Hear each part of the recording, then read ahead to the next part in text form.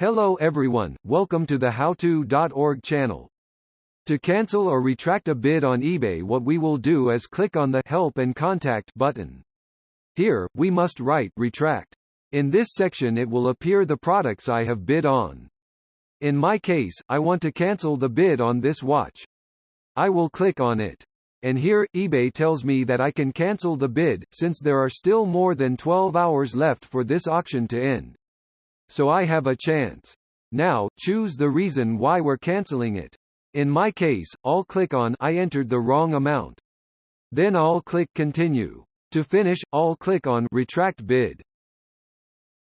Excellent, it says it's cancelled. I'll enter the product to review it from a new tab. I'll click on Bid. And here, I can see that my bid no longer appears, it has been completely deleted. This bid is from another user. Thank you for watching our video, we hope it helped you a lot. Don't forget to subscribe and activate the bell to receive notifications of new videos.